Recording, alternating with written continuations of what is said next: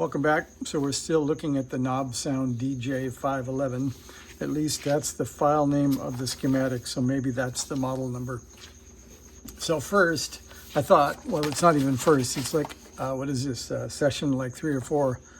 But I thought I'd tell you what got all this started. So back when I was a kid, there was a book called The Boys' Third Book of Radio and Electronics. And this amplifier was in it. And you can see it's series type with 35 C5s, a 12AX7, and a 35W4. And most people will recognize those as kind of radio tubes. And here is the schematic. It's a little push-pull 35 C5 and a phase splitter with a 12AX7, and that's all you got. And it was connected right to the wall, so it probably wasn't very safe.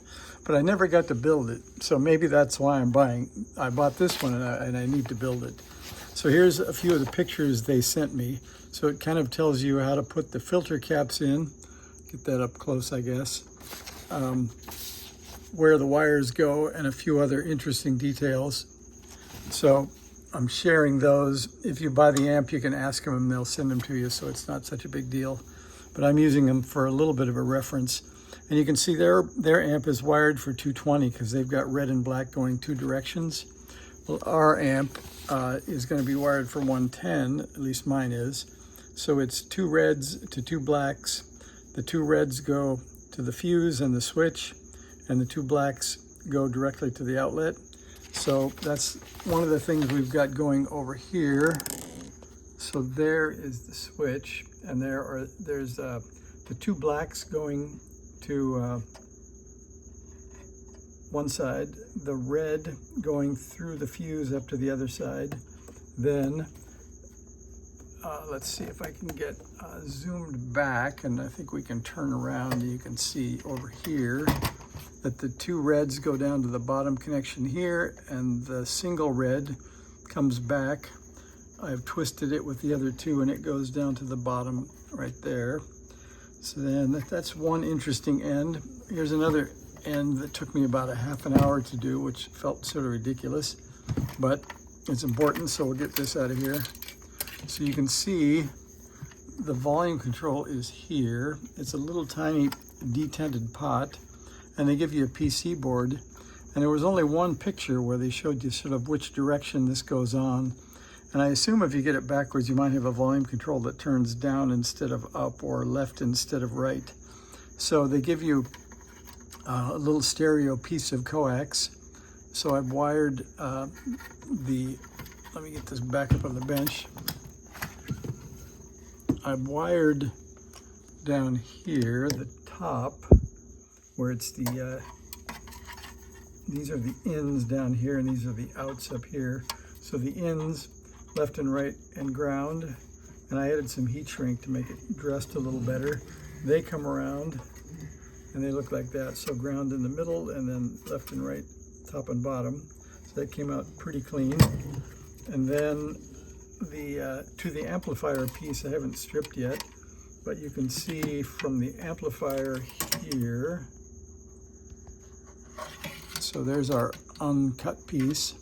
And when we put the amplifier in, we put the tube sockets down, and it goes in like this.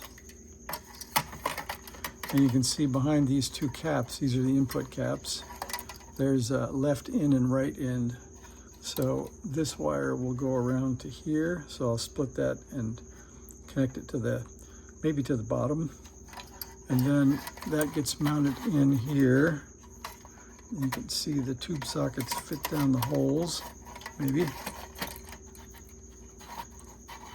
sort of like that. And then we've got back here, we've got the primaries for the output transformers on the left and right, and you can see they're labeled P2, P1, and P2, P1 on each side, so they'll go about in there. And then the secondaries to the speaker leads are the 4, 8, and ground. Those are here. So those will come around and just connect to these binding posts. So at least we've got something. We could almost, after I get the ground in, we could power up and get AC delivered to the output here. And one of the important pictures that's coming next, now that I have the input leads and most of the power, I'm going to go to the filaments. I've got a picture of those, and they look like that. So you can see they've got them twisted. I don't know how many turns per inch that is. That must be like 2 or 3 turns per inch. And they have them sort of snaking around the output tubes, and then at least they're kind of right angles to the low-level input, but since that's the inputs, I would try to keep that away as far as I can. I don't know, I might even go around the front, we'll see, but I don't know how much hum will get off those filament leads anyway, so we'll find out. And there's one of the other pictures of components. Ours looks pretty similar, and I think I showed you that one. This is another picture of the bottom. So a pair of tie wraps, the 2 cathode resistors are there. That's a power supply dropping resistor. And I think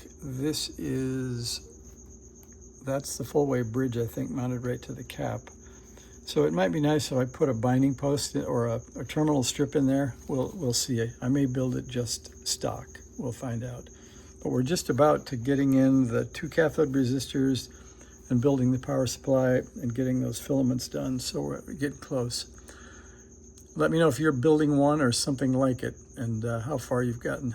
See you later.